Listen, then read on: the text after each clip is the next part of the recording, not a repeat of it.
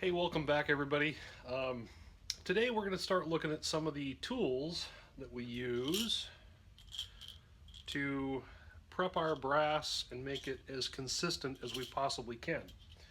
Now, if you've seen the prior videos with the RCBS Case Master and the Hornady Concentricity tool, that's a good start, but we still have to make sure our brass is in a very specific dimension that we want for our rifles, right? So we're going to take a good look at some of the stuff here that I use and I've bought a lot of stuff. I've got shelves full up here of stuff I've bought, and I found myself consistently going back to very specific tools that work very well every time, and so the rest collects dust. So hopefully you can save a little bit of money and just get the stuff that works very well. So let's take a look.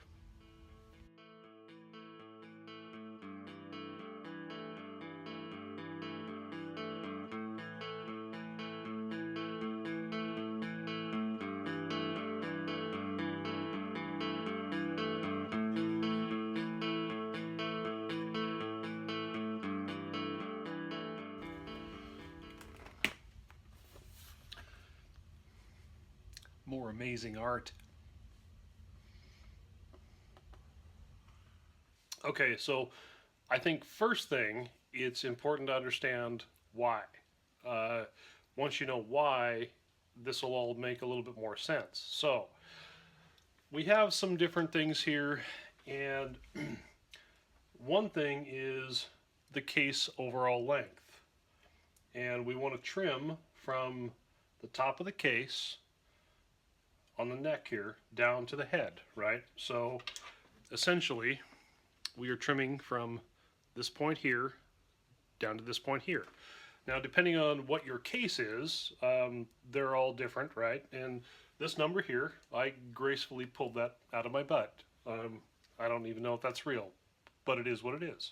So if we were to trim this case to 2.236, we have to use a tool for that of some kind to make sure that it's correct. Now, the other thing we want to look at is at the top of the neck here, where the bullet seats in, we have to clean this up, because when you trim the case, you wind up with the top of the neck looking something actually like this, where you're going to get some flare out a little bit with the case from the trimming process. So you have to chamfer this back.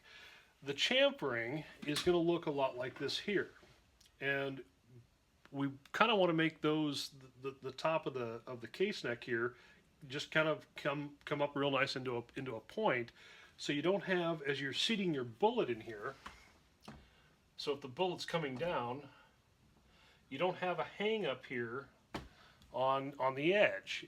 It needs to clear that and just slide in real nice. The other thing is, we went over this in a prior video, and I'll leave a link somewhere up here, that we want to make sure that the thickness, the wall thickness of the neck is very uniform, so that we don't have one side releasing quicker than the other side, and the bullet gets to leave absolutely perfect into the rifling of the barrel. So there's a couple different things here to look at. Another thing here, in this sort of this flash hole, right, of the primer, in the factory, when they punch those holes out, they leave little burrs, okay? Now, if you have powder down here, the burrs that come up, I'll exaggerate this a little bit, the burrs that come up hide that flash from the powder laying down here. So it has to burn into this powder here, right? And it has to burn back down here to get this powder. So we want to remove any of that material that's going to deflect that flame away from that low-lying powder. So we can do that.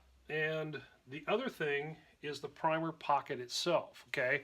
So the primer pocket here If a primer ever starts to fit loosely, just slips up in there into this pocket here real easy, the case is garbage. You can't fix that.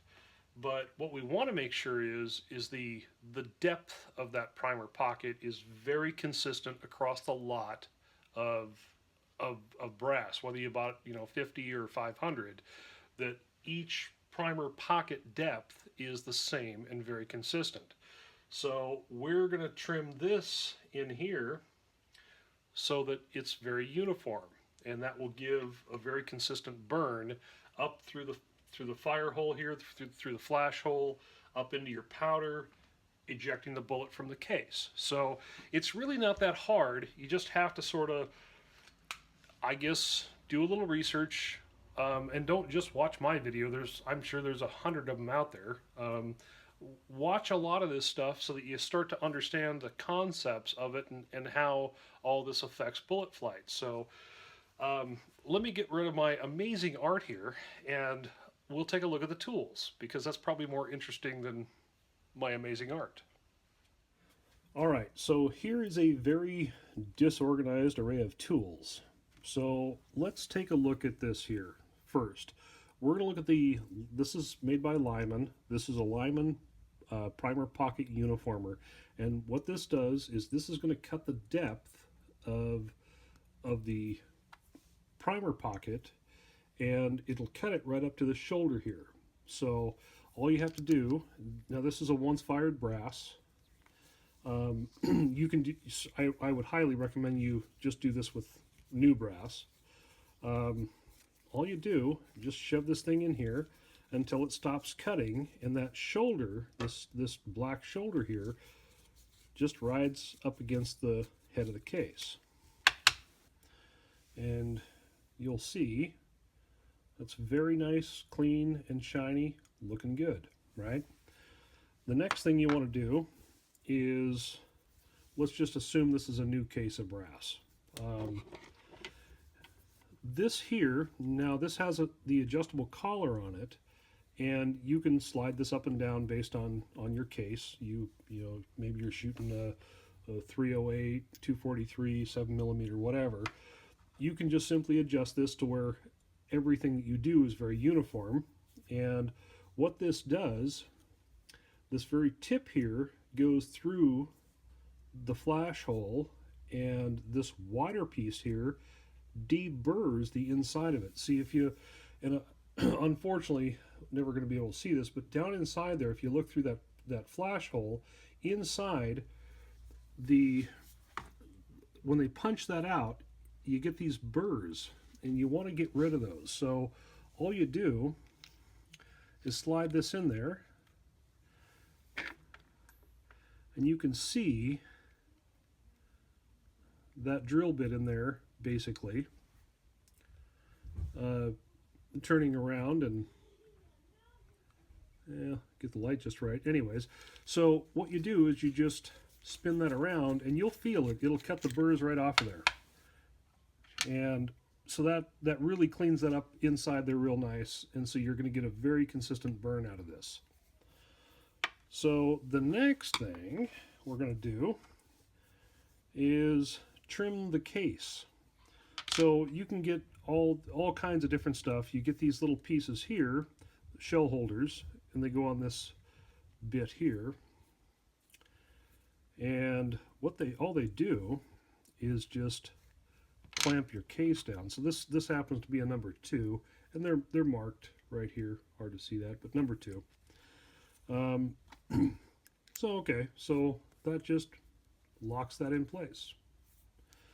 Now, and this is made by Lee, and these are, in my opinion, these are the slickest out there.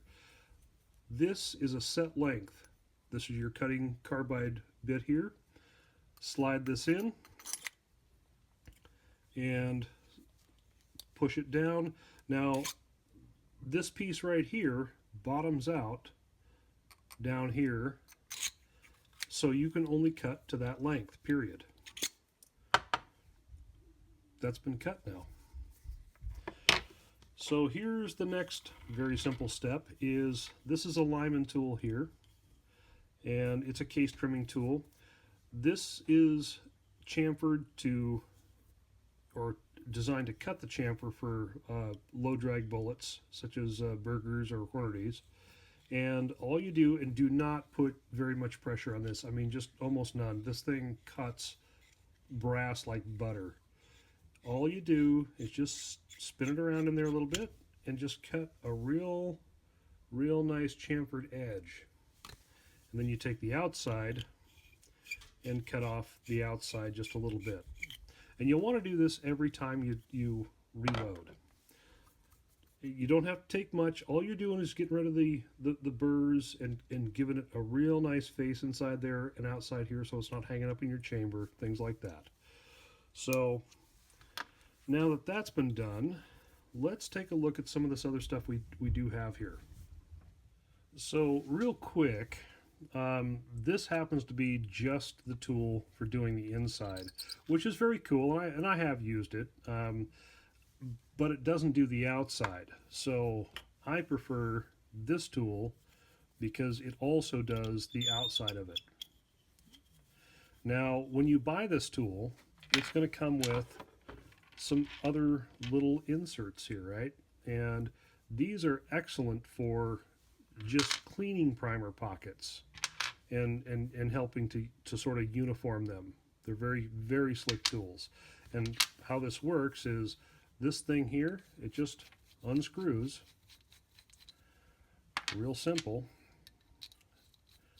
and you can just simply screw this in.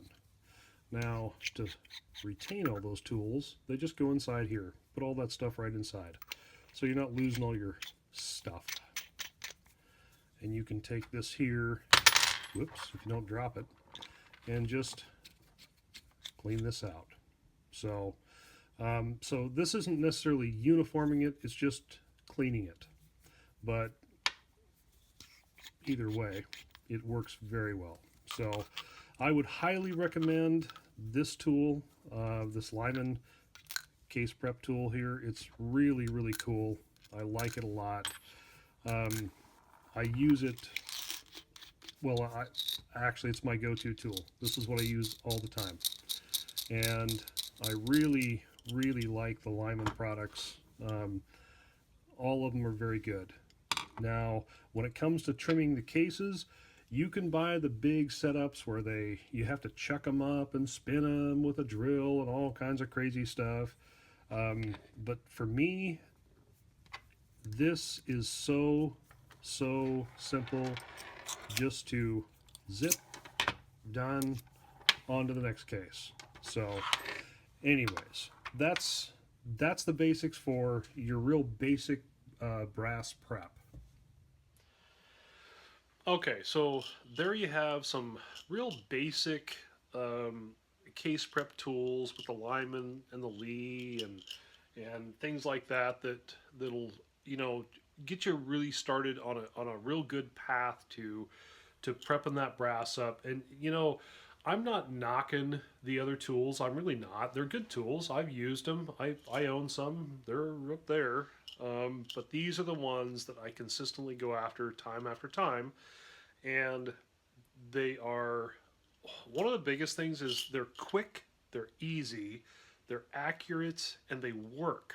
And so why would you go chasing your tail on stuff that maybe doesn't work quite as good, or takes twice the amount of time to get the same result, or three times the amount of time on some of that stuff to get the same result?